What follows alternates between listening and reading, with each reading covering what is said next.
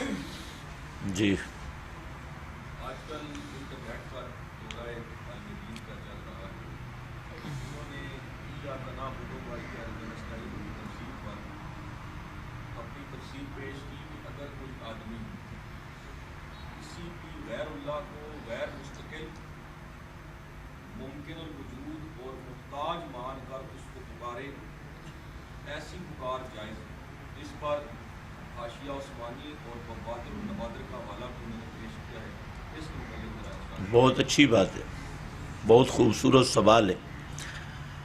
کہتے ہیں کہ کسی کو غیر مستقل ممکن سمجھ کے پکارے، ممکن الوجود سمجھ کے پکارے تو یہ شرک نہیں ہے۔ سوال یہ ہے اگر یہ شرک نہیں تو ابو جہل کیوں مشرک تھا؟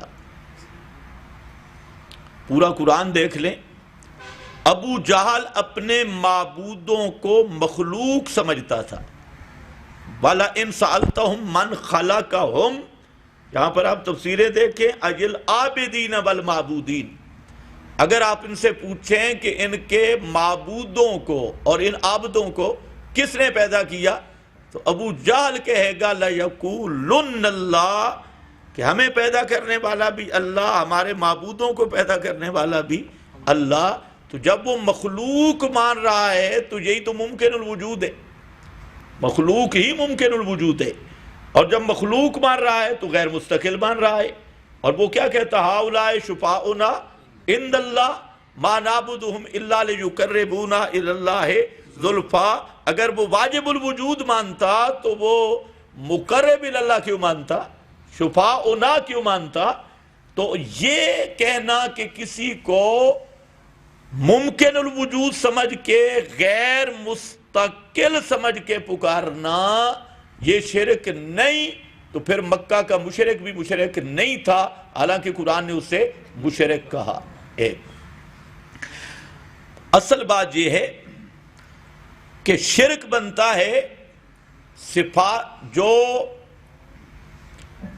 صفات الوہیت، صفات الوہیت، لفظ الوہیت کا استعمال کرنا ضروری نہیں، معبود کا لفظ بولنا ضروری نہیں، لیکن معبود کی صفتیں کسی میں مان کر پکارنا یہ شرک ہے، اور یہی ان کا شرک تھا۔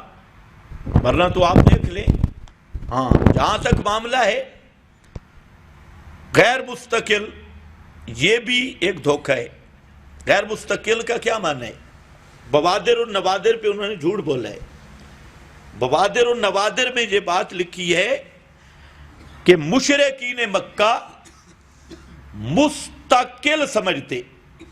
کس طرح مستقل؟ کہ اللہ نے ان کو طاقت دے دی ہے، اب ہر جزئی میں اذن الہی کے محتاج نہیں، اور یہی عقیدہ آج کے مشرک ہے کہ اللہ نے ان کو طاقتیں دے رکھی ہے، ہر جزئی میں اب اللہ کے اذن کی ضرورت نہیں۔ تو حضرت تھانوی نے لکھا ہے یہی مکہ کے مشرکوں کا شرک تھا۔